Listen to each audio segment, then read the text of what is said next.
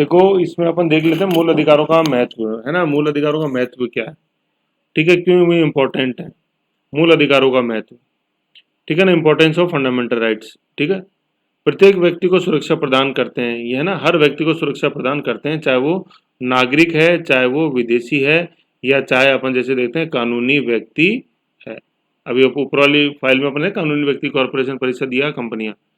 मूल अधिकारों के द्वारा प्रत्येक नागरिक को शारीरिक, मानसिक और नैतिक, है ना, शारीरिक, मानसिक और नैतिक विकास। शारीरिक मतलब जैसा वो चाहे शरीर को विकसित कर सकता है, मानसिक चाहे जैसा वो मानसिक विकास कर सकता है, और नैतिक मतलब जैसा वो नैतिक विकास की सुरक्षा प्रदान की जाती है।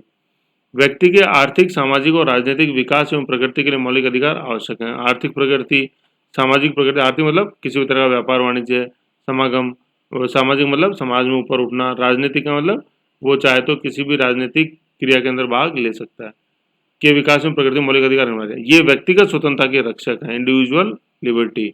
ये व्यक्तिगत सम्मान को बनाए रखने के लिए बनाए रखना सुनिश्चित करते हैं, है ना। सम्मान, व्यक्तिगत सम्मान, गरिमा, अनुच्छेद 21 याद है, सबसे जो लिबरल व्याख्या सुप्रीम कोर्ट ने करी है, right to life and personal liberty, प्राण एवं देख स्वतंत्रता। इन अधिकारों के बिना व्यक्ति की गरिमा एवं प्रतिष्ठा का अस्तित्व प्रभावी नहीं होगा। जैसे देखो अनुच्छेद 20 नहीं था, protection in respect of conviction for offences, ठीक है, no ex post facto, no double jeopardy, no self incrimination, एक दंड के लिए दो बार दंड, एक गलती के लिए दो बार दंड नहीं मिलेगा, नो डबल जियोपार्डी। अनुच्छेद 20, है ना, 20(2), आपके विरुद्ध, स्वयं के विरुद्ध गवाही देने के लिए बाध्य नहीं किया जाएगा। 20(3), भूतलक्षी कानून से आपको सजा नहीं मिलेगी। 20(1), तो ये सब क्या है, ये व्यक्ति की गरिमा और प्रतिष्ठा है ना, ऐसे। फिर जैसे अपन देखते हैं समानता के कारक, है ना, फैक्टर, कारक का मतलब फैक्टर्स हैं कि ये समानता को एनफोर्स करवाते हैं, ठीक है। संविधान द्वारा राष्ट्र के समस्त नागरिकों को मूल अधिकार प्रदान करके उनमें परस्पर समानता स्थापित की गई है। सभी विशेषाधिकारों को समाप्त कर दिया गया है, ठीक है ना। किसी भी तरह का सब आम और खास बराबर है। वो बात दूसरी, जैसे प्रिविलेजेस कुछ एमपी एमएलए जो कॉन्स्टिट्यूशनल पोस्ट है उनको मिले हुए हैं, ठीक है, लेकिन वो विशेषाधिकार जो है वो भी संवैधानिक विशेषाधिकार है, मनमाने नहीं है वो। फिर क्या है, नागरिकों के मूल अधिकार मानवीय स्वतंत्रता के मापदंड और संरक्षक दोनों ही है, ठीक है। मानवीय स्वतंत्रता और के मापदंड, मापदंड और संरक्षण। मापदंड कैसे कि हाँ भाई, कितने, जितना मतलब खुलापन होगा देश में उतने ही यूं माना जाएगा कि बहुत अच्छे मौलिक अधिकारों का इम्प्लीमेंटेशन हो रहा है, ठीक है ना। और अगर देखते हैं कि मौलिक अधिकारों का सही क्रियान्वयन नहीं हो रहा है, तो इसका मतलब देश में लोकतंत्र इस समय नहीं है। तो ये मापदंड है लोकतंत्र के। और संरक्षक, लोगों के संरक्षक तो है ही, जैसे भी अपन अनुच्छेद 20-21 के अंदर देखा। इस कारण इनको मनोवैज्ञानिक महत्व है। मनोवैज्ञानिक क्या, कोई दूर से बैठा बैठा, अमेरिका में बैठा बैठा देख सकता है कि भारत में लोकतंत्र की क्या स्थिति है। जैसे कई बार होता है, जैसे मान लो प्रेस का गला जैसे घोटा जा रहा था, काला कानून आ रहा था एक प्रेस को बैन करने के लिए, ठीक है ना। तो या जैसे मान लो धर्म के आधार पर जैसे भेदभाव होता है, जैसे सीए को लेकर जैसे हुआ, तो मनोवैज्ञानिक क्या, दूर से बैठे बैठे व्यक्ति देख लेते हैं, हाँ अरे भारत में तो भगवा सरकार आ गई, सेफरन गवर्नमेंट आ गई, है ना, मतलब भगवे रंग ऑरेंज कलर से वो गाइडेड है, क्योंकि वो देख रहे हैं कि धर्म की स्वतंत्रता वगैरह सब बैन हो गई, है कि नहीं। तो सीए के संबंध में जैसे जो है ना, हिंदुओं को जैसे, सॉरी मुस्लिम्स को जैसे अपन ने नहीं गिना, बाहर से आने वाली माइनॉरिटी जो परेशान होकर आई है उसमें, है ना। तो इसलिए इनका मनोवैज्ञानिक महत्व भी है, साइकोलॉजिकल महत्व है। वर्तमान युग में कोई राजनीतिक दार्शनिक इनकी उपेक्षा नहीं कर सकता। राजनीतिक दार्शनिक जो मतलब इन राजनीतिक मूल्यों का क्रियान्वयन सुनिश्चित करते हैं अपने वर्तमान जीवन में, वर्तमान राजनीतिक व्यवस्था में, जीवन में, राजनीतिक जीवन में। ये अल्पसंख्यकों एवं समाज के कमजोर वर्गों के हितों की रक्षा करते हैं। जैसे अपन ने देखा, ये 15(4), 16(4), 29, 30, कमजोर वर्ग से SC ST OBC EWS जैसे जो है सारे, EWS अपन ने देखा ये 103वां संविधान संशोधन 2019 के अंदर। ये सामाजिक समानता, सोशल इक्वलिटी और सामाजिक न्याय, सोशल जस्टिस की आधारशिला रखते हैं, ऐसे। तो समानता के कारक हैं, फैक्टर्स ऑफ इक्वलिटी। ऐसे ही एक्सप्रेशन याद रखना इनका, ये मेंस के अंदर क्वेश्चन आता है ये। फिर अगला इनका इंपॉर्टेंस देखते हैं अपन, लोकतंत्र के आधार स्तंभ क्या है। मूल अधिकार लोकतंत्र के लिए आधार स्तंभ है ना। आधार स्तंभ से मतलब है फाउंडेशन स्टोन, मेन पिलर, है ना। आधार स्तंभ की भूमिका निर्वहन करते हैं। इनके अभाव, अभाव, है ना, अभाव कर दूं, अभाव, इनकी अब्सेंस, है ना, इनके अभाव में लोकतंत्रात्मक शासन की कल्पना नहीं की जा सकती है। ठीक है ना, लोकतंत्र के आधार स्तंभ है, मेन है, पिलर्स हैं। ये भारतीय राज्य की पंथ निरपेक्ष छवि को बल प्रदान करते हैं। पंथ निरपेक्ष मतलब सेकुलर छवि। देखा था अपने प्रस्तावना में, संपूर्ण प्रभुत्व संपन्न, याद है, समाजवादी, पंथ निरपेक्ष, लोकतांत्रिक गणराज्य, तो पंथ निरपेक्ष है। इन अधिकारों के बिना सच्चे प्रजातंत्र का सिद्धांत लागू नहीं होते हैं। तो लोकतंत्र के आधार स्तंभ हो गए, फाउंडेशन स्टोन या पिलर्स हो गए ऑफ डेमोक्रेसी। ओके, फिर नेक्स्ट अपन बिंदु देखते हैं, शासन की स्वेच्छाचारिता पर रोक। स्वेच्छाचारिता का मतलब अपन जैसे क्या बोलते हैं, एक जिसको अपन आर्बिट्रेरी जो पॉलिसीज हैं, वो मनमानी आर्बिट्रेरी पॉलिसीज के ऊपर ये रोक लगाता है ना। Controls the arbitrary policy, arbitrary nature of governance. क्या, संविधान में दिए गए मूल अधिकार शासन व विधानमंडल, है ना, शासन तो मतलब सरकार, एग्जीक्यूटिव, विधानमंडल, विधायिका के ऊपर अंकुश लगाने में सहायता प्रदान करते हैं। अभी जैसे अपन ने विशेषताओं में भी देखा था, ये निर्बल करते हैं सरकार को, नीरबल, नीरबल, निर्बल किसको करते हैं, सरकार को। बहुत इंपॉर्टेंट बिंदु है, बहुत आ रहा है सी सेट में। ठीक है ना, ये शासन की शक्ति व बहुमत दल की तानाशाही के विरुद्ध नागरिकों को सुरक्षा सबल प्रदान करते हैं। नागरिकों को तो मजबूत करते हैं और सरकार को ये कमजोर निर्बल करते हैं। बहुत इंपॉर्टेंट है, आता है किसके विरुद्ध अवेलेबल है, सरकार के विरुद्ध, और फिर कुछ व्यक्तियों के विरुद्ध भी अपने में अवेलेबल है, लेकिन ज़्यादातर सरकार के विरुद्ध, लेकिन सरकार और व्यक्तियों दोनों के प्रति अवेलेबल है अपने को ज़्यादा। ठीक है ना, राज्य ऐसी कोई विधि नहीं बना सकता जो उन अधिकारों को छीनती हो या न्यून करती हो। अनुच्छेद 13 न्यायिक पुनर्लोकन देखा ही। इस प्रकार ये सरकार के शासन की पूर्णता पर नियंत्रण करते, निर्बल बनाते हैं, पूर्णता पर नियंत्रण करते हैं सरकार की, ऐसे, है ना, सरकार को निर्बल बनाते हैं और नागरिकों को सबल बनाते हैं। नागरिक कह दो चाहे व्यक्ति कह दो। ठीक है, आगे देखते हैं अपन पांचवा बिंदु, न्यायिक सुरक्षा।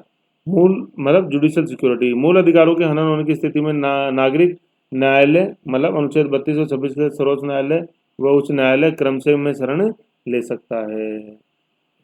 जबकि 226 का अपन जैसे न्यायिक अधिकार जैसे जो देखते हैं वो ज़्यादा वृहत है 32 की तुलना में, है ना। अनुच्छेद क्यों, क्योंकि अनुच्छेद 326 के तहत हाईकोर्ट जो है वो किसी अन्य प्रयोजन के लिए भी, जो किसी अन्य प्रयोजन, फॉर सम अदर पर्पज के लिए भी रिट दायर कर सकते हैं। मतलब विधिक अधिकारों की पूर्ति के लिए भी अपन हाईकोर्ट से रिट जारी करवा सकते हैं।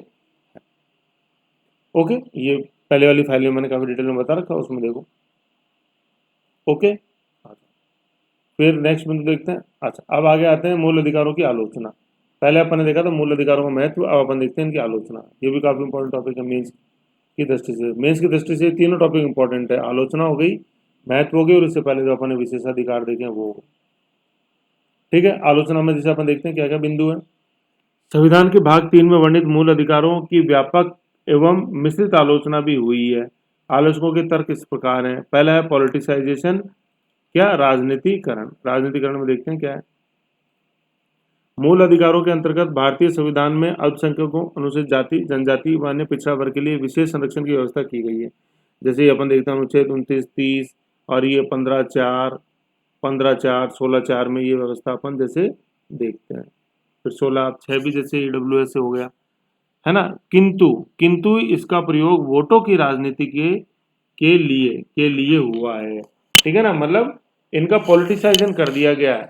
मतलब इन कास्ट का जैसे जो है ना, कास्ट का पॉलिटिसाइजेशन हो गया कि वोट या वोट पाने के लिए लोक लुभावन वायदे सरकार के द्वारा किए जाते और इलेक्शन जीतने के बाद इनके विकास की तरफ सरकार का कोई ध्यान नहीं दिया जाता। तो इसके लिए अपन बोलते हैं कि मूल अधिकारों का क्या हो गया, राजनीतिकरण हो गया। सबको बस सपने दिखाने में सरकार लगी रहती है, ऐसा आलोचकों का कहना है, मेरा नहीं। ठीक है। फिर दूसरा है वास्तविकता से परे। वास्तविकता से परे, फार फ्रॉम रियलिटी। ओहो, ये एंड आना था, ये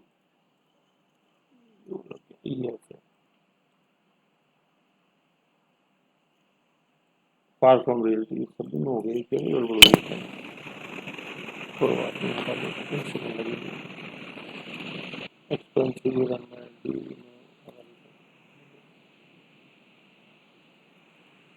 कन्वर्ट हो गया कोई काम, चलो है ना। अपन कहाँ थे, far from reality. Far from reality क्या है, मतलब वास्तविकता से परे है। ये कैसे है वास्तविकता से परे, बताओ सर। क्या है, शोषण के विरुद्ध अधिकार, यद्यपि स्त्रियों बच्चों और गरीब स्त्रियों बच्चों कौमा गरीब कामगारों के हितों की रक्षा के लिए बनाए गए हैं। वह लगा देता हूँ ना, कौमा नहीं होगा यहाँ। वह वह है ना, स्त्रियों बच्चों व गरीब कामगारों की रक्षा के लिए बनाए गए हैं। किंतु अशिक्षा, बेरोजगारी, गरीबी के कारण इन वर्गों का शोषण व्यावहारिक रूप से नहीं रोका जा सका है। बात तो बहुत बड़ी बड़ी करते हैं अपन, जैसे शोषण के विरुद्ध अधिकार अनुच्छेद 23, 24, है ना, लेकिन अशिक्षा, गरीबी और बेरोजगारी के कारण इन वर्गों का शोषण व्यवहारिक रूप से रोका नहीं जा सका है। इसलिए अपन बोलते हैं कि ये व्यवहार वास्तविकता से ये परे हैं, फार फ्रॉम रियलिटी, मौलिक अधिकार। ठीक है ना, सिर्फ दिखाने के ही हैं। फिर आ गया एक्सेसिव लिमिटेशन, बाध्यता बहुत है। क्या है, एक तरफ तो संविधान मूल अधिकार प्रदान करता है, दूसरी तरफ उन्हें छीन, मतलब अनुच्छेद 352 के तहत छीन लेता है। जैसे अपन ने देखा कि अनुच्छेद 19(1) में वर्णित ऑटोमेटिक लैप्स हो जाती हैं जब 352 लगाया जाए युद्ध और बाह्य आक्रमण की स्थिति में। देखो, राष्ट्रीय आपातकाल के समय इनके क्रियान्वयन को स्थगन, है ना, सस्पेंड कर दिया जाता, केवल अनुच्छेद 20 व 21 अपवाद कर देते हैं ना, इसमें केवल नहीं अपवाद, क्योंकि केवल अपवाद देख ही चुके हैं अपन। 20 और 21 कभी भी टर्मिनेट नहीं होते हैं, स्थगित नहीं होते हैं, है ना। का स्थगन इन अधिकारों पर, है ना, मतलब राष्ट्रीय आपातकाल के दौरान इनका स्थगन इन अधिकारों पर एक और प्रतिबंध है, मतलब इनको प्रतिबंधित करने वाला। ठीक है, यह व्यवस्था लोकतांत्रिक व्यवस्था की जड़ों को दुर्बल करती है और करोड़ों निर्दोष लोगों के अधिकारों को समाप्त करती है। आलोचकों के अनुसार मूल अधिकारों को हमेशा रहना चाहिए, चाहे आपातकाल हो या सामान्य स्थिति।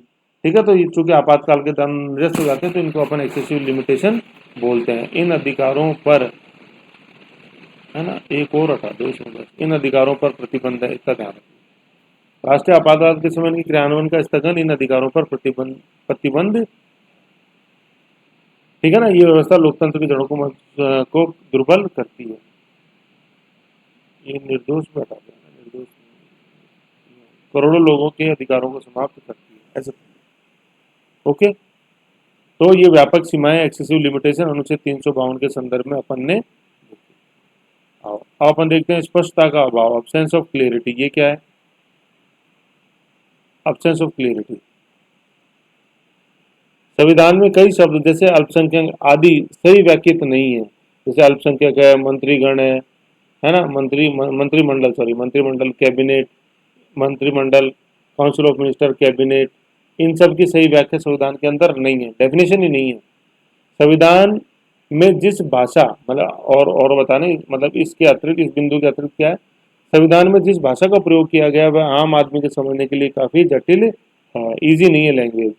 ऐसा आरोप भी लगाया जाता है कि संविधान को वकीलों द्वारा, है ना, वकीलों के लिए बनाया गया। वकीलों द्वारा मतलब बनाने वाले ज्यादातर वकील ही थे, जैसे जवाहरलाल नेहरू प्रसाद वगैरह, अपने बी आर अम्बेडकर, सब वकील थे। तो संविधान को वकीलों द्वारा, वकीलों के लिए बनाया गया है। सर आइवर जेनिंग्स, ये मतलब राजनीतिक दार्शनिक हुए हैं।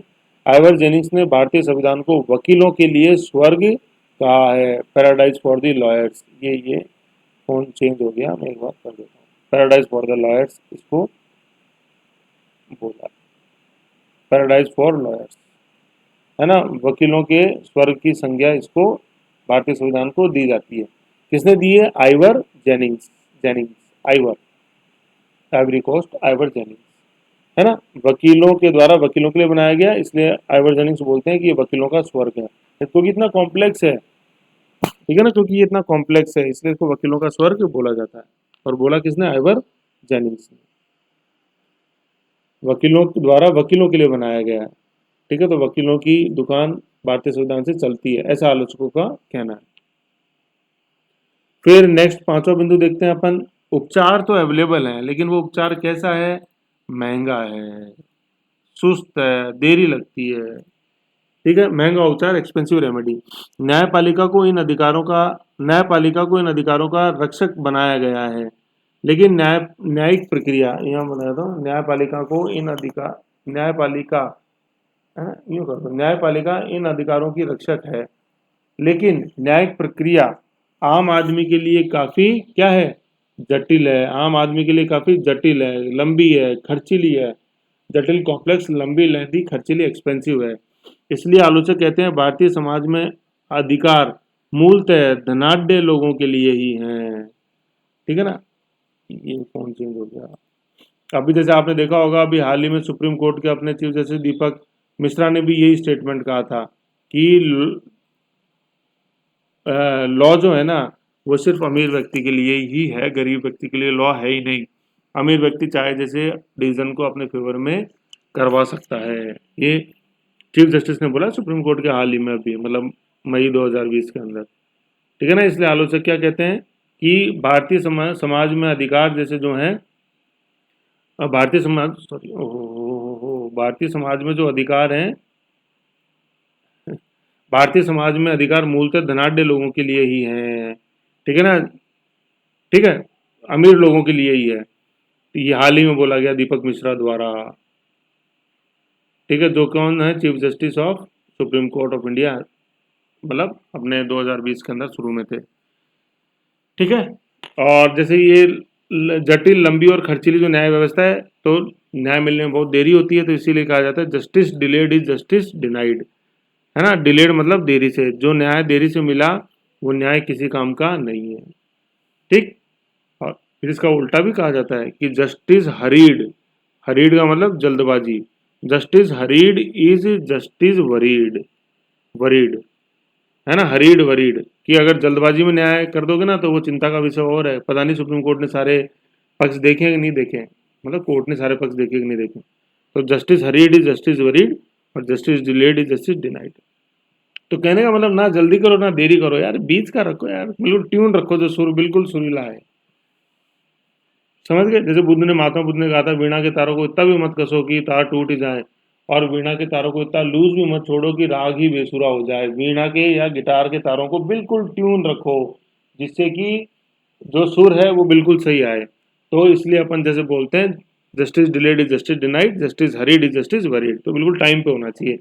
जबकि अपन देखते हैं असलियत में भारतीय न्यायिक व्यवस्था जटिल है, लंबी है और खर्चीली है। इसलिए भारतीय न्याय कैसा है, उपचार कैसा है, महंगा उपचार है, एक्सपेंसिव रेमेडी। आओ अब देखते हैं लास्ट क्रिटिसिज्म, निवारक निरोध, प्रिवेंटिव डिटेंशन की क्या आलोचना है। आलोचकों का मत है कि निवारक निरोध का उपबंध, मतलब जो अनुच्छेद 22 में अपन देखते हैं, मूल अधिकारों, फंडामेंटल राइट्स की मुख्य भावना से इसे दूर करता है। यह राज्य को मनमानी शक्ति प्रदत्त करता है और व्यक्तिगत स्वतंत्रता को नकारता है। मतलब स्टेट को पावर दे देता है, जाओ जिसको जाना है, मन करना है उठा के ले आओ, अरेस्ट कर लो। ठीक है, मतलब प्रिवेंटिव डिटेंशन, प्रिवेंटिव, निवारक पढ़ा था अपन ने कि संदेह के आधार पे किसी को अपराध करने से पहले अरेस्ट किया जा सकता है निवारक निरोध में, प्रिवेंटिव डिटेंशन में। जबकि प्रिवेंटिव डिटेंशन दंडात्मक पनिशमेंट के अंदर या दंडात्मक निरोध के अंदर पहले गलती की जाती है, उसके बाद पुलिस आपको पकड़ के लेके जाती है। जबकि निवारक निरोध में मात्र संदेह के आधार पर आपको अरेस्ट किया जा सकता है।